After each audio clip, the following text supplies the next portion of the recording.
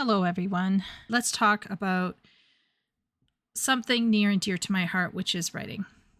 So today I want to talk about ghostwriting, and this is yet another part of my ghostwriting series wherein I talk about my experiences and my ideas and things I've learned, and I just want to share some of my knowledge that I've accrued over the years of writing, both for myself and for other people. So first off, as per this title, we're going to talk about working with a ghostwriter. So what are some tips that I could give you if you decide to look for a ghostwriter? What are some things that you should do? Okay. What is a ghostwriter? Why should I hire one? How do I hire one? How do I work well with one? How do I know if the ghostwriter I'm choosing is good enough for me and my project? And I want to talk about the process of ghostwriting and some pitfalls that you might encounter as you work with someone to get your book written. Now, you might not be looking to get a book written. You might be looking to get some other kind of writing done. It doesn't really matter. The principles and ideas that I talk about here will basically cover all of those bases, whether you're looking for help writing a D&D campaign or whether you're looking for help writing a book. Doesn't matter, same difference. Okay, so what is a ghostwriter? Simply put, a ghostwriter is someone who writes something for you, but their name will not be on the product. Your name or your chosen pseudonym will be on the product. So the front cover of the book will have no hint or clue that someone else wrote it. You will be taking responsibility for everything that is on that page, even though you never wrote it. And usually ghostwriters are paid one-time fee only for that draft. So basically from that time onward, the moment you get your draft in your hands, from then on, it's your piece of property. Now, why would you hire a ghostwriter? A lot of the people who hired me as a ghostwriter were publishers looking for a specific book to fill a niche. So usually ghostwriters are going to be writing because a publisher or a company or a brand needs some product very quickly, so they'll turn to a ghostwriter to get it done. So usually there's a time crunch or there's some sort of a time deadline that you have to take into account when you're writing. So as you are looking for a ghostwriter, you need to think about what are your deadlines, what is important for you in terms of completion rate, and this will also affect how you choose your ghostwriter. Some writers will actually hire ghostwriters because they ran out of time with a draft or they are stuck with a specific draft and they don't know how to progress. So they'll get someone else to come in, look it over, and finish writing it for them. So I've actually worked for some writers who needed someone to step in to quickly put something out. And I also, like I said, worked for publishers who needed a niche filled. But on occasion, I also worked for people who were genuine masters of their trade, whatever that might be. And they simply lacked the skill or ability to share their knowledge. And so working with them was such a delight because I was able to come alongside them and give them tips on how to see their vision come into full being. And I was able to write wonderful books for them. Now, how do you get your hands on ghostwriters? Well, the easy answer is online. You can go to places like Fiverr. You can go to Dibbly. There are other various writing platforms where you can go seek out people to come in and do your writing for you. Now, how do you work with this ghostwriter? How can you ensure that what will be written is what you want? Well, the most obvious thing that you need to do, which many clients did not do, was know the vision. If you haven't thought it through, you won't know what you're doing. You won't be able to direct the ghostwriter enough. and you will get a subpar product.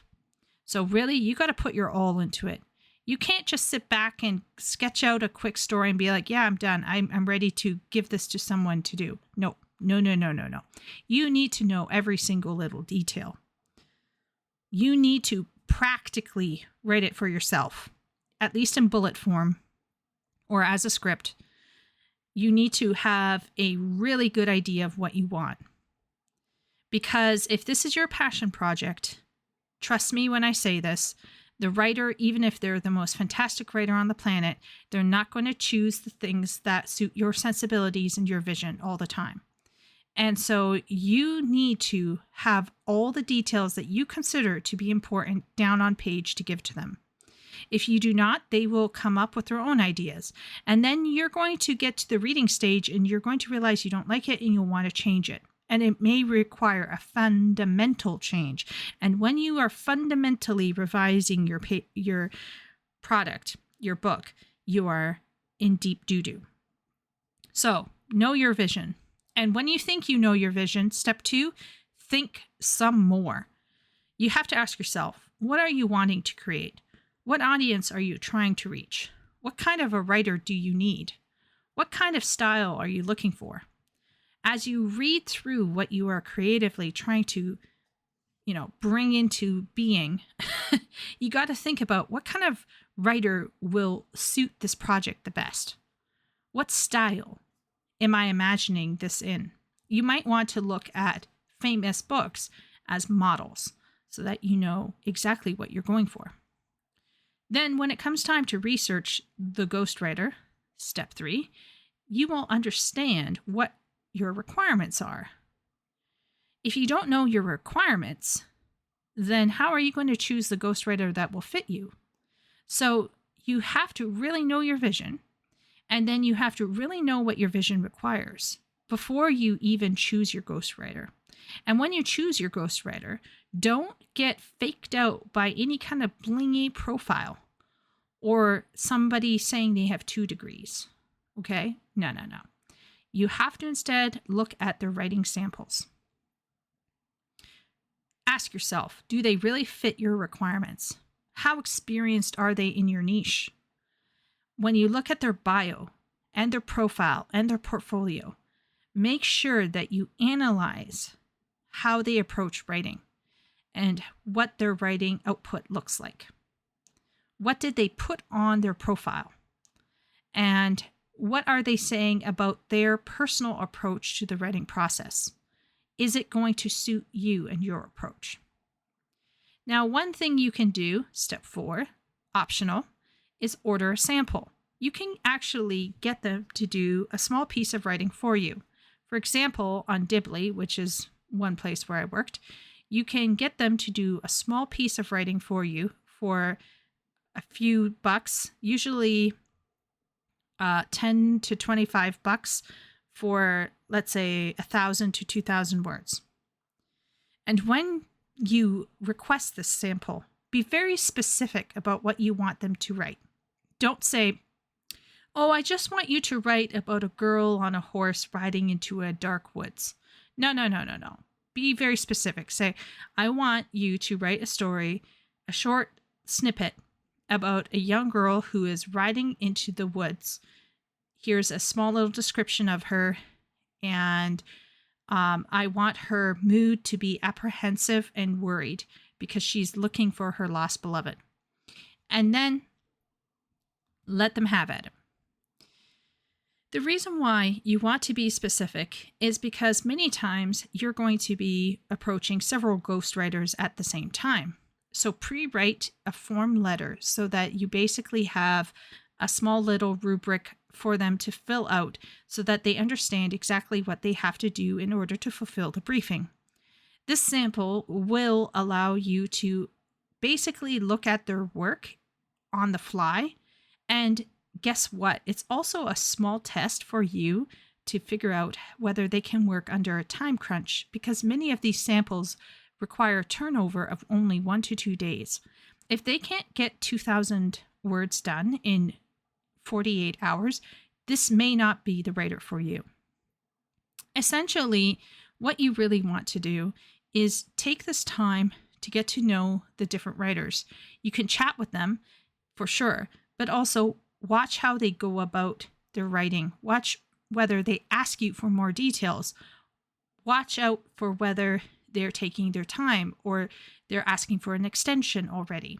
These kinds of things can give you a better idea of whether they are going to fit what you are trying to achieve in terms of your own book.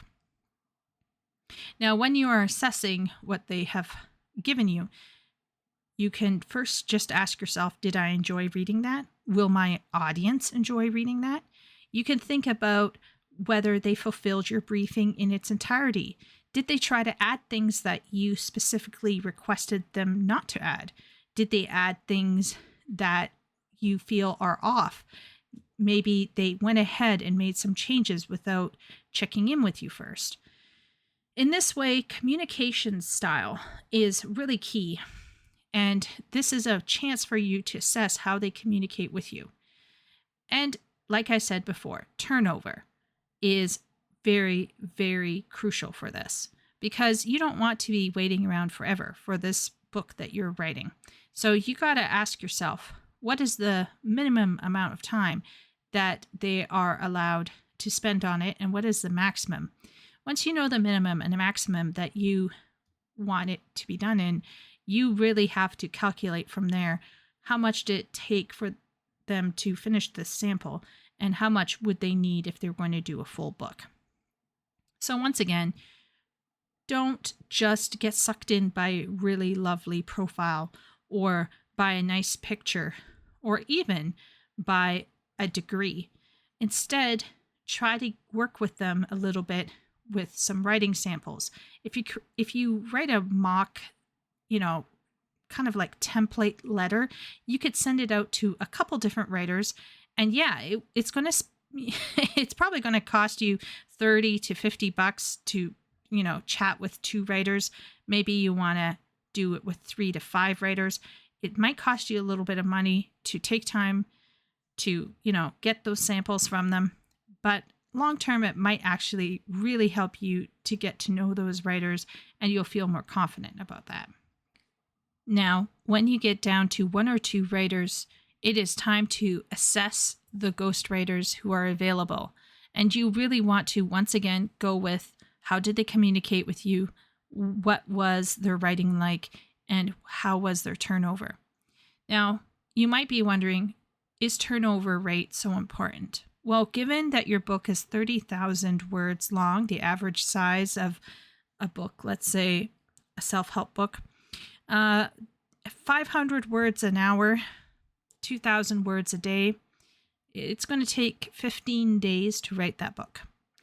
750 words an hour, 3,000 words a day, 10 days to write your book. 1,000 words per hour, 5,000 words per day, 6 days. Now remember, this is unedited or very basically edited writing. So you can sometimes get a 30,000 word book done in less than a week if that particular writer is really on fleek. If they really know what they're doing and they're really inspired, they can shit that out and it's going to be great. Now, of course, I just talked about a 30,000 word book. That's quite a small book. But 50,000 words, that's another thing entirely, right?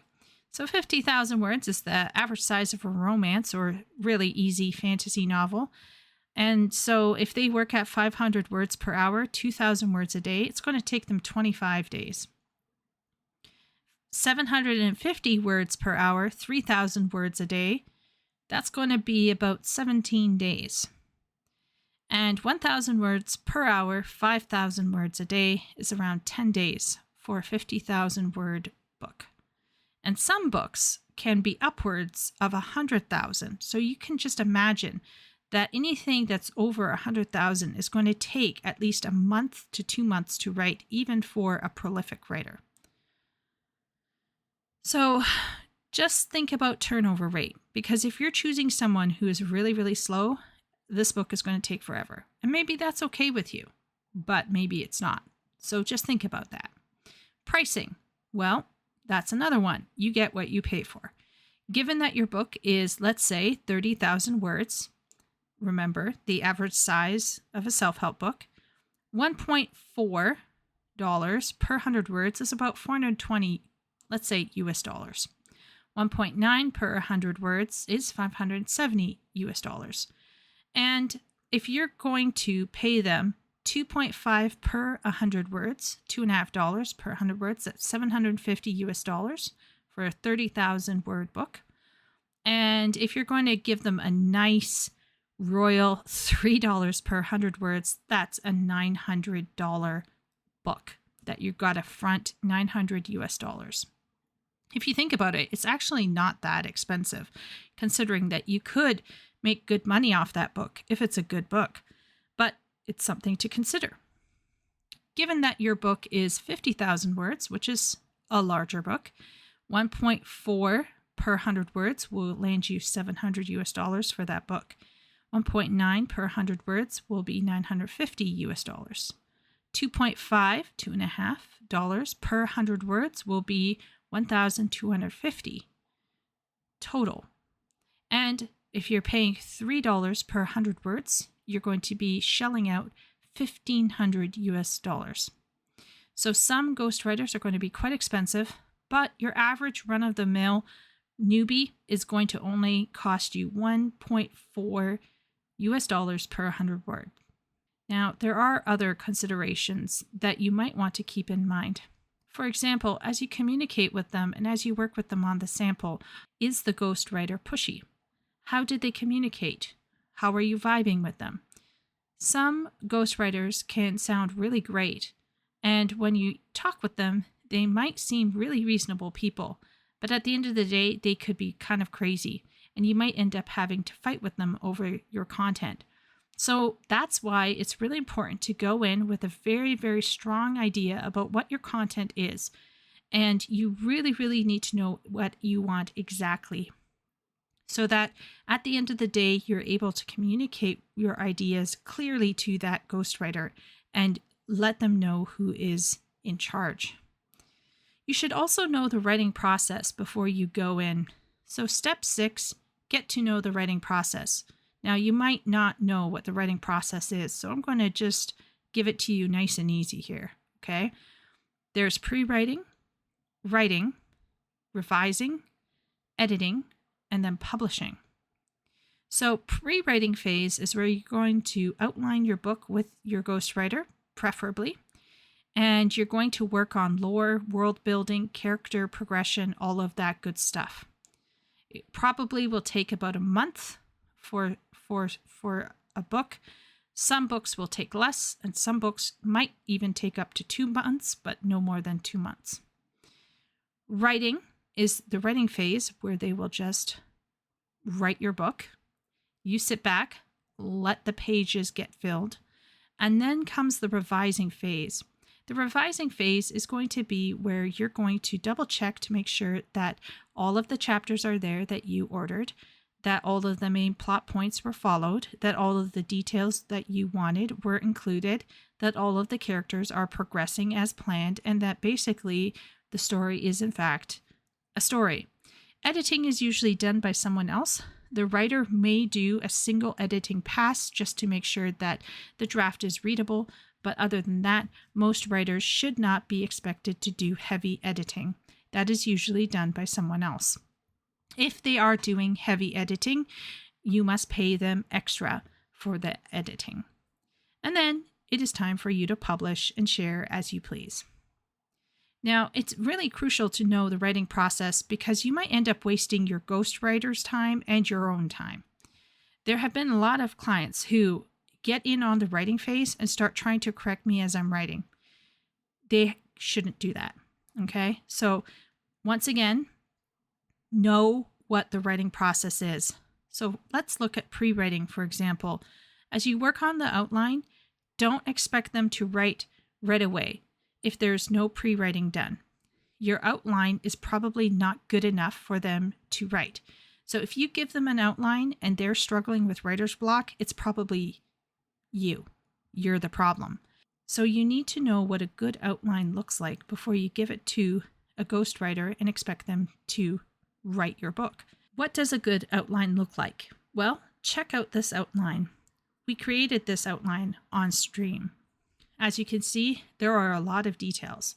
Details about the audience, details about the book, details about how the book should be written, details about narrative and narrator and narrative voice and perspective, and how many words are going in each chapter, and who the audience is, what the themes are, what the tropes are, what the motifs are, what each individual chapter is going to involve and include, what the locations are, what do the locations look like, is there a map, do we need a map? All of these questions need to be answered in the outline. If your outline is missing any kind of section, I can assure you that your ghostwriter is going to get stuck. And getting stuck is the first step to writer's block. So in my opinion, you can never outline enough. Make sure that you give a complete outline, because I bet you that your outline that you think is complete is in fact not complete at all. You've probably missed something. So that's why it's really important to work with a writer who knows how to outline.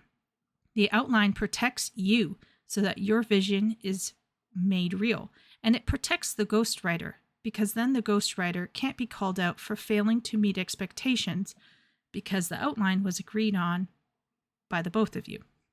Now, it's very crucial for you to understand, therefore, that some writers are great writers, but they're not good outliners. That's why you might actually have to ask someone else entirely to do the outline with you before you go to the writer that you want. I consider myself to be a phenomenal outliner, for example. However, many writers do not feel confident with outlining. So once again, I have outlined books I never wrote because the client already had the writer lined up. They just needed someone else to do the outline. When the time comes for writing, during the writing process, you can check in on the document as much as you like. I encourage you to take down notes as time goes on, but don't stop the writer unless they specifically request input. Usually I will stop after the first 2 to 3 chapters of the book, and I will ask the client to give me feedback on tone and style. Okay, so by tone and style, I mean, how does the narrator and the exposition handle itself, the level of grammar and vocabulary, all of that is part and parcel of tone and style. And so when you ask the ghostwriter, what's going on here, it kind of will help the ghostwriter understand, oh, there's a mistake here. I need to tweak that a bit. So the first few chapters, a ghostwriter might approach you and ask you for some initial input. I certainly would. And this is just so that the client understands this is how the rest of the book is going to go. Are you okay with it? Are there any changes that you want me to make right here, right now, before we go any further? Because if the client's like, oh no, I want things to be much more tight and I want the sentences to be shorter and more, punchy and impactful, then that would help a ghostwriter to understand that they need to shift, quite a bit in order to achieve that feel that you as the client are looking for. So you're not being encouraged to go in and check their grammar. You're not being encouraged to go in and question yourself about the ideas that you decided on. That's not what that's about. This is a moment where you're being asked to essentially weigh in on how things sound. And so it's really crucial that you understand that during the writing process, stopping your writer all the time to correct them is not helpful. Now, when it is time to offer correction during the revision and editing phase, it's really important to offer criticism clearly. Use your own words, and do not use AI content to correct the writing. Rely on bullet points for details. If you want them to add certain details, give it to them in bullet points. but don't give it to them in AI content. If they read the AI content, it will skew their own writing, and they may end up accidentally copying the AI content. This will create red flags within your product, and you might get in trouble with certain publications. You can write something like, I feel like this section here is awkward, or can we make this more clear? Or I'm not a fan of, insert the word that you're not a fan of. Or can we make this more ... serious, scary, so on, so on. Don't rely on AI to communicate with your writer. And don't rely on Grammarly when looking at novels. Okay, Grammarly is not good for creative prose. It's okay-ish for nonfiction. It's horrific for creative prose. Do not rely on Grammarly for anything related to writing style or sentence structures. It's pretty good for its grammar and its spelling, but don't rely on Grammarly to help you know how to formulate a sentence. Don't rely on AI either. AI is shit. So don't rely on that either. Ignore. And do use a plagiarism scanner, AI content scanner, because some writers will be lazy. So you just got to be careful about that. So you want to, scan content for plagiarism and AI content, but do be aware of false positives. So for example, there are some sentences in the English language that we cannot get away from. Like, for example, in recipe books, they always tell you to preheat the oven. You preheat the oven either to 350 or 400 degrees. Now, let's just say this. There's only a few ways to say preheat the oven. And therefore, some recipe books will have a lot of plagiarism because there's only so many ways to say cut X vegetable or preheat the oven. Similarly, in some novels, you're going to have characters raise eyebrows or lean against a door or fold their arms across their chest. These might turn up as plagiarism. And you got to be really careful because not all of these are plagiarism and they are not a problem. You can ignore them. Same thing for AI content. Sometimes people who use hyphens or semicolons will be flagged as having written AI content, when in fact it is their own writing style. So just be careful about these scanners, but you should still probably give it a scan through just in case. Now, when it comes to requesting for revisions, please do recognize that you and the writer, hopefully, had agreed legally on an outline beforehand. So know your limits. If you suddenly decided to change your mind and add something or remove something, you still need to pay them for the work that they did and the additional work they've still yet to do in order to make those massive changes. Don't ask for huge editing requests. That's an editor's job, not the writer's job. The writer's job is to ensure that the first draft, such as it is, follows the basic content that you both agreed on. So revisions can include moving things around, reorganizing ideas, fixing major plot holes or character issues, adding any missing content or removing content that was added without your request, sentence fluency, and word choices. Now, sentence fluency and word choices does go into editing territory. So if the writer puts their foot down, it's probably because either you're asking too much or they are, not wanting to put forth the effort. So that's something you'll have to negotiate, but there is a bit of an overlap in editing with sentence fluency and word choices, so just be careful there. If you have decided to change your outline and make some major changes, it is really a good idea for you to pay them for the work that they've done and then pay extra for them to change it, because after all, they've done the work that you agreed on legally. However, if there's content missing that you requested specifically, they should fulfill that for you and will do that free of charge. That's usually how it should work. Revisions do not include punctuation, spelling, grammar, and capitalization. All of that is under editing and will be dealt with by an editor. In fact, there are several different forms of editing, such as line editors, and then there's copy editors, there's substantive editors, there are many different kinds of editors. Not all editors will do the same thing, so make sure that when you hire your editor, that you know exactly what you are getting. Your editor may work with your writer. So if you can provide a place for your writer and editor to basically have a conversation together, that's also a pretty good idea as well.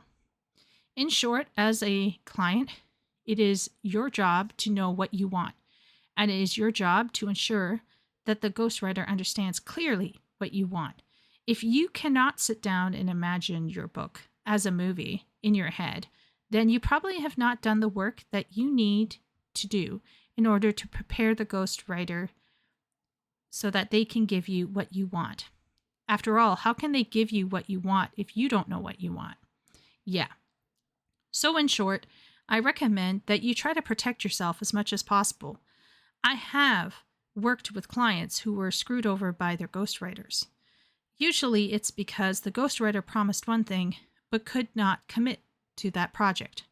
Sometimes ghostwriters facing major writer's block will just kind of disappear and ghost their own clients. There are ghostwriters who will have a severe difference of opinion and try to reroute the book into their own ideas about that topic. You will have ghostwriters who are very bitter people because they haven't been able to successfully publish their own stuff, and they will try to use your writing as their own platform. There are many conflicts that can arise between a client and the ghostwriter, but probably the largest ones arise out of the issue of communication. In short, if you are not communicating clearly, and if the ghostwriter doesn't do their best effort to get all of the details, what will occur is, well, in my opinion, it can be kind of tragic because the product is going to be subpar. Let's be real here. Yeah, the outline is really where it all stands or falls, in my opinion. If you are second guessing yourself after the book has been written, you're probably in more trouble than you think. And you probably need to sit down and really question what's going on here. Are you just having a moment? Are you just being emotional? Or are you realizing that you have allowed yourself to fundamentally go out on a limb, creatively speaking? And the reality is, it's a bitter pill to swallow, realizing that you may have spent around $1,000 on a project that you no longer believe in. But that's the way it is. So honestly, before you hire a ghostwriter, really believe in what you're doing. Have a strong idea of what you do. Because if you do not, you will go nowhere. And that is why, once again, I return to the outline. Please outline. And if you don't know how to outline, find someone who can outline with you. And plan it. Plan it so much that you can literally see it in your dreams. And maybe then, maybe, just maybe, you will be ready to work with a ghostwriter. That will be it for today. If you have any questions about ghostwriting and you would like to have me answer it, please leave your comments down in the comment section below. As I kind of hinted at earlier in this video, I used to be a ghostwriter. I worked for 3 years ghostwriting full-time. Until it became no longer financially viable. Economy being what it is. But I loved ghostwriting when my clients knew what they were doing, and I hated it when my clients did not. So please do know what you're doing before you go into it. And like I said, please leave comments down below if you have any questions or anything else that you'd like me to address on the channel in terms of writing. Thanks for listening, and everyone have a good day.